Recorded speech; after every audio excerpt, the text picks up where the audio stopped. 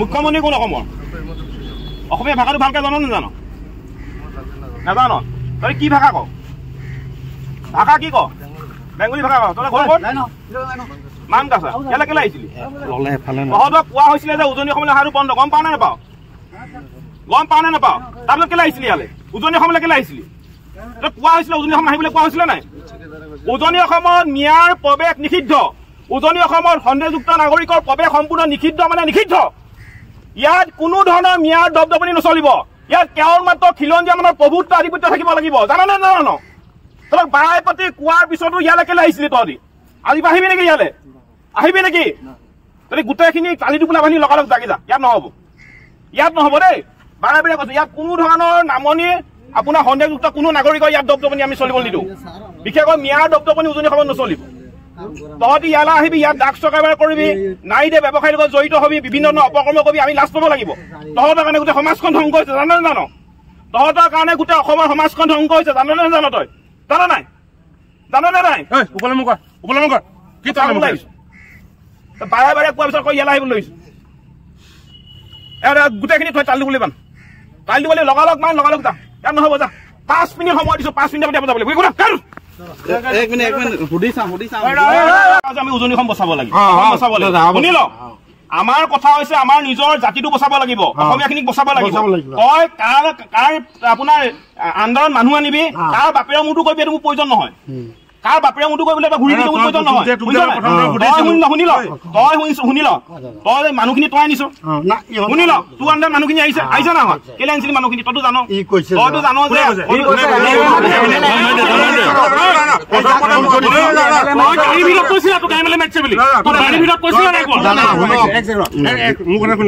মই তোক যেতিয়া প্ৰথম সুধিছিলো শিৱসাগৰলৈ তই কাৰ আহিছ কাৰ লগত কথা পাতি আহিছ এইবিলাক তেতিয়া মই তোক সুধিছিলো কথাটো শুনিলো আগত প্ৰথম মই যেতিয়া লৈ আহক মানুহ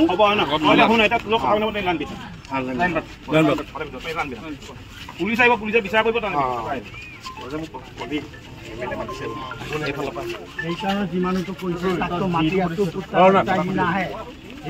নাম কি এম এল এৰ নাম কি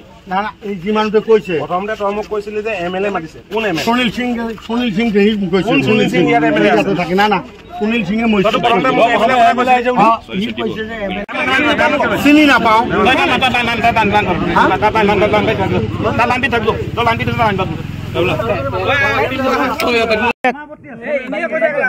হাৰুণ শেখ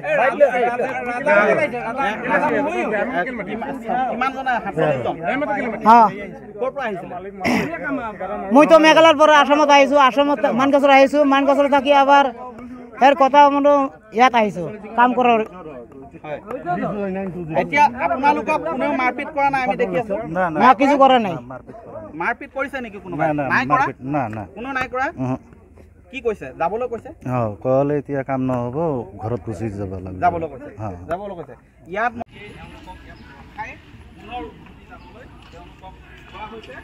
আৰু বৰ্তমান লক্ষণীয় হ'ব আৰক্ষী বা প্ৰশাসনে কি পদক্ষেপ ল'ব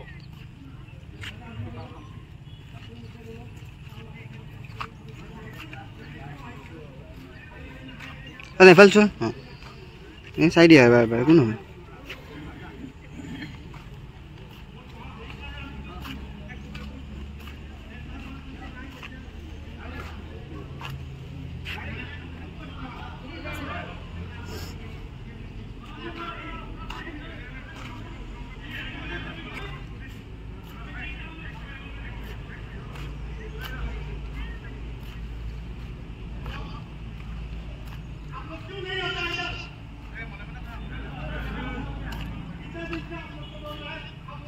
এফালছো কাম কৰিব এই কাৰণে আমি কাম কৰিব আহিছো তাতে তে মোৰ ঘৰ মানকাছৰ থানা মানকাছৰ এতিয়া স্পষ্টকৈ কক কিমান জন আহিছিলে আমি টোটাল 47 আহিছো কোনে মাতিছিলে ইয়ালে সুনীল সিং এই কোম্পানীৰ মানুহ কোম্পানীৰ ম্যানেজাৰ হয় এই ষ্টুডিয়াম যে হৈ আছে তাতে কিবা কি চুক্তিত আহিছিলে কাম হাজিৰা কাম কৰো আমি তাত এতিয়া কি কৰিব এতিয়া যদি আপোনালোকে ইয়াত কাম কৰিব নিদিয়ে যে উজনি অসমত কাম কৰিব নোৱাৰা আমি গুচি যাম আপছত আমি গুচি যাম হয়নে নহয় কিন্তু আমি জবৰদস্তি অহা নাই আমি নাজানো অলপ অলপ শুনিছোঁ উজনি অসমৰ লোৱাৰ অসমৰ মানুহ আহি কাম কৰিব নোৱাৰে হয়নে নহয় মিয়া মানুহ আমিতো মিয়া নহওঁ আমি দেশী অসমীয়া শুনক আচ্ছা ঠিকে আছে যি হওক শুনক কওঁ তেনেহ'লে যদি আপত্তি থাকে তেনেহ'লে আমি গুচি যাম যেনেকৈ আহিছোঁ তেনেকৈ আমাৰ জবৰদস্তি নাই নাই কাম কৰি আছোঁ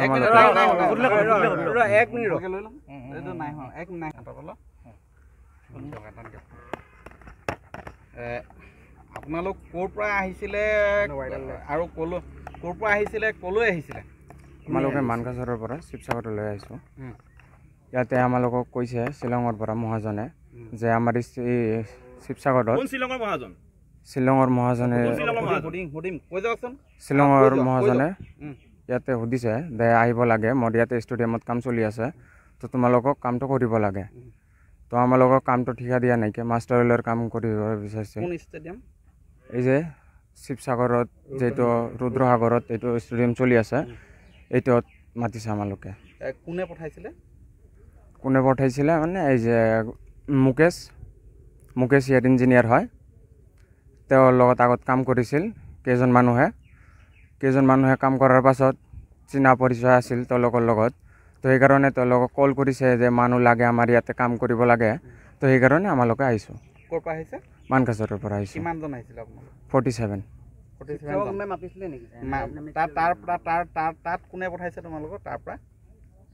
তাৰ পৰা কোনে পঠাই নাইকিয়া 4-5জন মানকাছৰৰ পৰা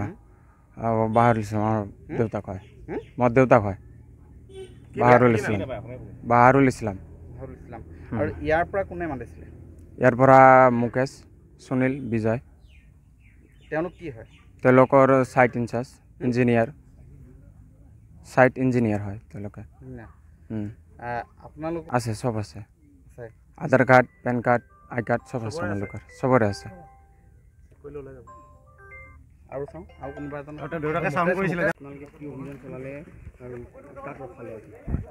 আমাৰ কথাবিলাক একদম স্পষ্ট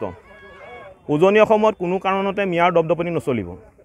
এইখন অসমত কেৱল মাত্ৰ খিলঞ্জীয়া মানুহৰ প্ৰভুত্ব থাকিব লাগিব আধিপত্য থাকিব লাগিব তাৰ কাৰণে আমি কাম কৰিছোঁ ইতিমধ্যে নামনি অসমৰ দৰে উজনি অসমতো আমাৰ মিয়াৰ আগ্ৰাসন হৈছে আমি উজনি অসম বচাব লাগিব আৰু বচাব লাগিবৰ কাৰণে আজি আপুনি এমাহ ধৰি উজনি অসম বা সন্দেহযুক্ত নাগৰিক আমি খেদি দিয়া এটা আমি অভিযান আৰম্ভ কৰিছোঁ আৰু আজি ঠিক তেনেধৰণে জাতীয় সংগ্ৰামী অসমৰ বিল আছে নাই আমি এটা খবৰ পালোঁ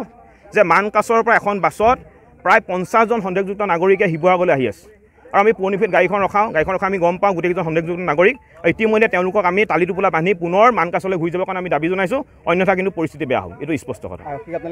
আৰক্ষীক খবৰ দিছোঁ জয়সাগৰ আৰক্ষী চকী ভাৰপ্ৰাপ্ত বিষয়া আহি আছে তেওঁক কি বিচাৰ কৰিব আমি তেওঁলোকে অপেক্ষা কৰিম কিন্তু আমাৰ কথা স্পষ্ট উজনি অসমত কোনো কাৰণতে এটাও মিয়াৰ দপদপনি নচলিব আমি থকালৈকে অন্ততঃ মিয়াৰ দপদপনি ইয়াত হ'বলৈ নিদিওঁ আমি গম পাইছোঁ কোনোবাই মুকেশ বুলি কৈছে কোনোবাই আপোনাৰ অনা অসমীয়া এটা মাতিছে মাৰোৱাৰী কোনোবা অনা অসমীয়া আমি তাৰ ওপৰতো ব্যৱস্থা ল'ম এখিনি গৈ লওক অহাকাইলৈ তাৰ ওপৰতো ব্যৱস্থা লোৱা হ'ব